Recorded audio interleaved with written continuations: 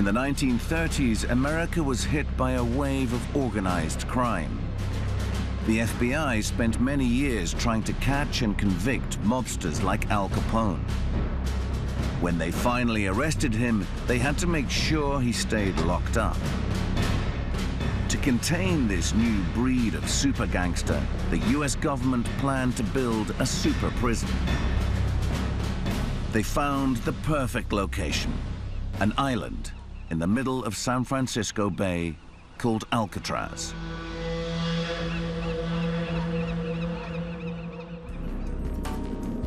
On the island was an old military fort sitting in a deep pit cut into the rock. Workers demolished the old building and built 3 stories of steel-reinforced concrete cell blocks on top. None of the 600 cells had any contact to the outer walls. They were a prison within a prison. Each cell was fitted with unbreakable steel gates, which had no keys, but could be opened remotely. Alcatraz was the biggest concrete structure in the world, and supposedly the most secure prison on the planet.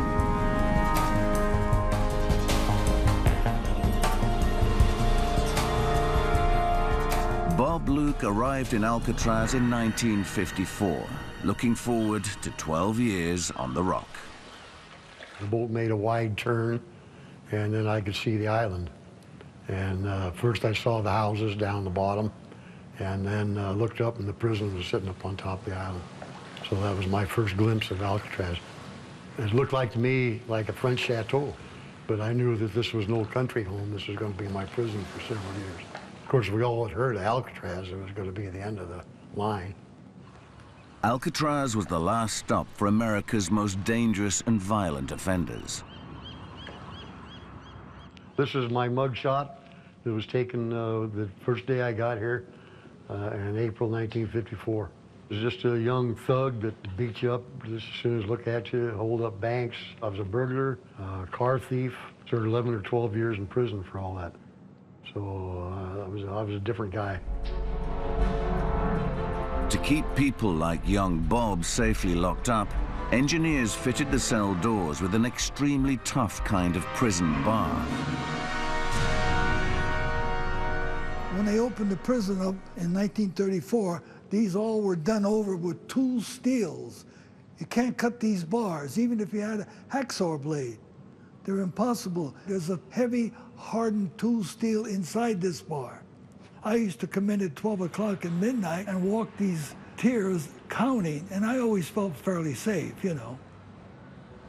The doors weren't just unbreakable, they locked without keys.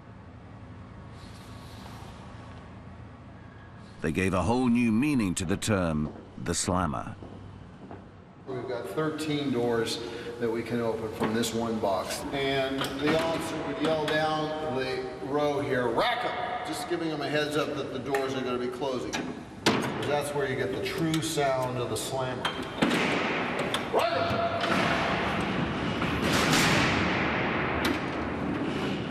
And this is part of the punishments of Alcatraz here in this door, open and close every day.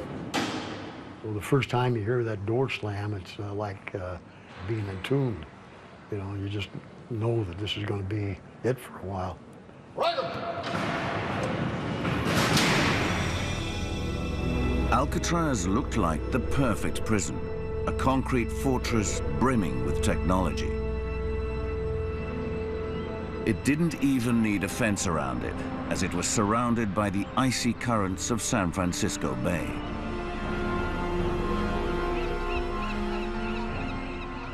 When I used to work the towers, I used to see logs maybe 8, 9 feet long going out with the tide as if it had an outboard motor on it. Out it would go.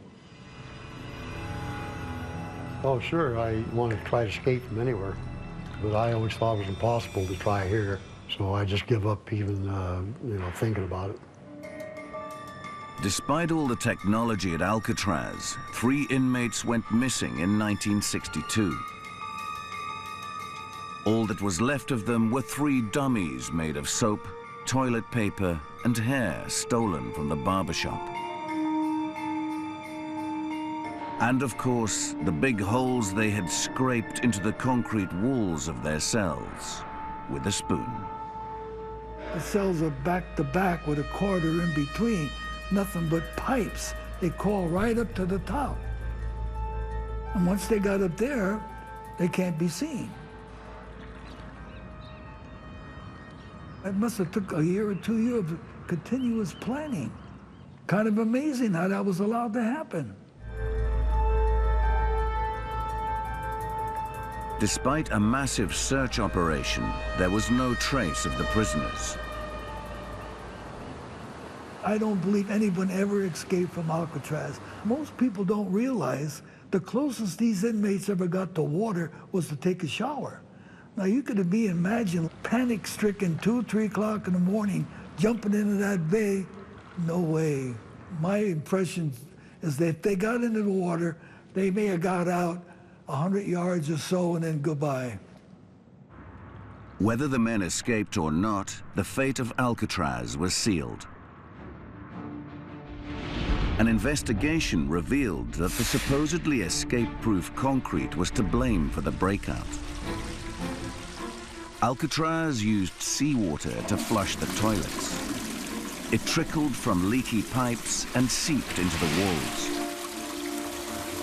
Brick chips in the concrete soaked up the water and swelled like sponges, wedging open fissures.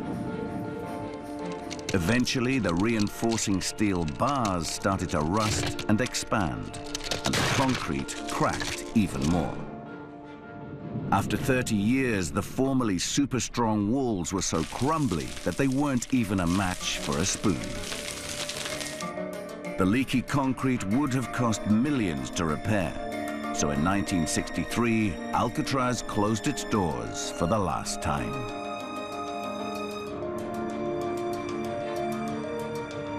But the lessons from the rock live on. I don't believe anyone ever escaped from Alcatraz. Most people don't realize the closest these inmates ever got to water was to take a shower. Now you could imagine panic-stricken 2 or 3 o'clock in the morning, jumping into that bay. No way. My impression is that if they got into the water, they may have got out 100 yards or so and then goodbye. Alcatraz looked like the perfect prison, a concrete fortress brimming with technology. It didn't even need a fence around it, as it was surrounded by the icy currents of San Francisco Bay.